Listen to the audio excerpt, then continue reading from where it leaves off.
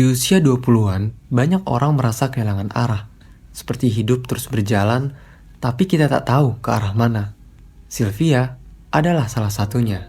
Perkenalkan, aku Sylvia Febri Adita. Kalian bisa panggil aku Sylvia atau Pia. Waktu aku kecil, aku itu gampang banget bergaul sama orang. Tapi ketika aku besar, aku susah bergaul sama orang. Aku takut orang itu nggak nyaman sama aku. Makanya saat ini tuh aku sedikit membatasi ruang gerak aku sama orang gitu. Kenapa hal ini bisa terjadi? Untuk menemukan jawabannya, mari kita lihat kilas balik ke belakang. Sejak lahir, manusia belajar satu hal penting. Apakah dunia ini bisa dipercaya? Bayi yang dipeluk saat menangis tumbuh dengan rasa aman. Tapi mereka yang diabaikan belajar bahwa dunia bisa kejam. Dan inilah yang dinamakan dengan fase trust versus mistrust. Tahap pertama dari 8 tahapan perkembangan psikososial menurut Erikson.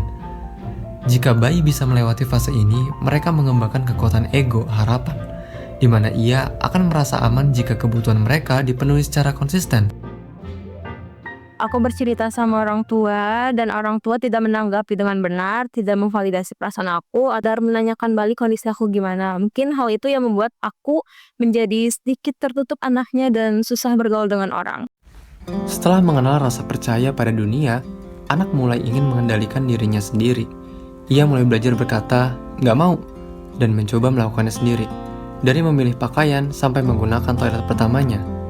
Balita yang didampingi dan diberi semangat saat belajar buang air sendiri merasa bangga. Ia tumbuh dengan rasa mampu. Aku bisa. Inilah yang disebut dengan otonomi atau keyakinan bahwa ia mampu. Tapi anak yang ditegur atau dipermalukan karena gagal, perlahan menyerap pesan bahwa mencoba adalah sebuah kesalahan. Maka ia tumbuh dengan rasa ragu terhadap dirinya sendiri. Inilah yang disebut dengan shame atau doubt. Jika fase ini terlewati, mereka mengembangkan kemampuan ego, kemauan atau tekad.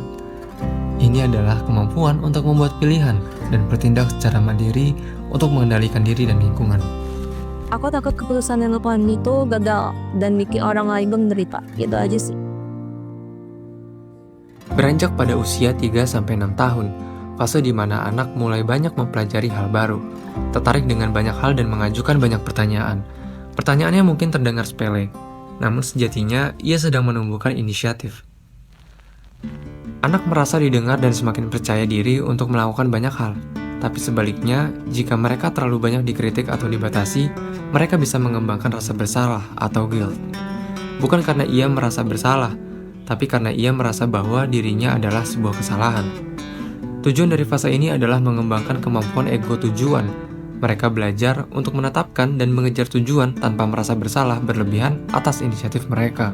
Orang tua sendiri paling cuman kayak ngeliat, terus habis itu kayak ngasih nasihat, tapi ngasih nasihatnya tuh dengan ngasih tekanan gitu ke aku. Jadi bukan nasihat yang lembut, tapi nasihat yang kayak bikin aku tuh kayak banget gitu, kayak kanan kapan itu benar-benar kerasa. Di tahap ini, anak mulai mengembangkan banyak hal baru. Anak-anak usia sekolah berusaha untuk mengembangkan keterampilan dan merasa kompeten dalam tugas-tugas seperti akademik dan olahraga. Keberhasilan mengarah pada rasa industri dan kepercayaan diri. Di balik itu, ada pula yang mengabaikan minat, keterampilan anaknya, bahkan tidak mengizinkan anaknya untuk produktif yang menyebabkan rasa inferior dan tidak mampu. Anak yang berhasil pada tahap ini akan mengembangkan rasa kompetensi. Ini adalah perasaan mampu dan cakap dalam tugas-tugas yang relevan dengan lingkungan mereka. Aku sendiri, entah kenapa orang tua aku tuh kayak nggak suka gitu kalau misalnya anaknya tuh ikutan ekstrakurikuler atau punya hobi yang kayak misalnya kayak hobinya dalam seni gitu, musik, menggambar, atau misalnya mewarnai, kayak kurang suka gitu. Orang tua tuh pengen kayak aku tuh udah punya hobi, tapi hobinya tuh ngasih uang. Waktu pun berlalu, kini ia telah menjadi remaja. Mereka mengeksplorasi peran, keyakinan, dan nilai-nilai yang berbeda. Keberhasilan dalam hal ini mengarah pada rasa informasi peran yang kuat atau disebut dengan identity. Sementara kegagalan mengakibatkan kebingungan peran tentang tempat mereka di masyarakat. Dan inilah yang disebut dengan quarter life crisis. Sehingga misi pada tahapan ini ialah tentang bagaimana remaja bisa memandang dan memposisikan dirinya sesuai gender, serta mengetahui profesi apa yang dia inginkan di masa mendatang. aku emang sempet bingung tentang aku mau jadi apa, aku mau gimana ke depannya, dan siapa diri aku. Di masa dewasa muda, kita mulai mencari hubungan yang bermakna, sahabat sejati, pasangan hidup, atau siapapun yang membuat kita merasa dipahami. Kalau kita bisa berbagi dan menjalin kedekatan emosional, kita sedang membangun intimasi atau kedekatan. Tapi jika kita memilih menutup diri karena takut disakiti atau ditolak, kita bisa jatuh ke dalam isolasi. Di tahap ini, misi utamanya adalah menumbuhkan cinta. Tetapi bukan cinta yang semu, tetapi cinta yang tumbuh dari kejujuran, kepedulian, dan komitmen. Pada fase ini, goalsnya bukan hanya lagi tentang pencapaian pribadi. Apakah hidupku sudah mulai berdampak? Apakah hidupku sudah bermakna? Orang-orang yang berhasil membangun generativity akan tergerak untuk berbagi, membimbing, dan mengarahkan orang lain. Menurut Erikson, generativity dimulai saat kita berhenti bertanya, apa lagi yang bisa aku dapatkan? Dan mulai bertanya, apa yang bisa aku berikan? Dan akhirnya, kita sampai di tahap terakhir. Jika seseorang mampu menerima perjalanan hidupnya dengan segala kegagalan, kehilangan, dan keberhasilan, maka ia akan merasakan kedamaian penuh makna. Inilah yang disebut dengan ego integrity, rasa utuh dan puas karena telah menjalani kehidupan sepenuhnya.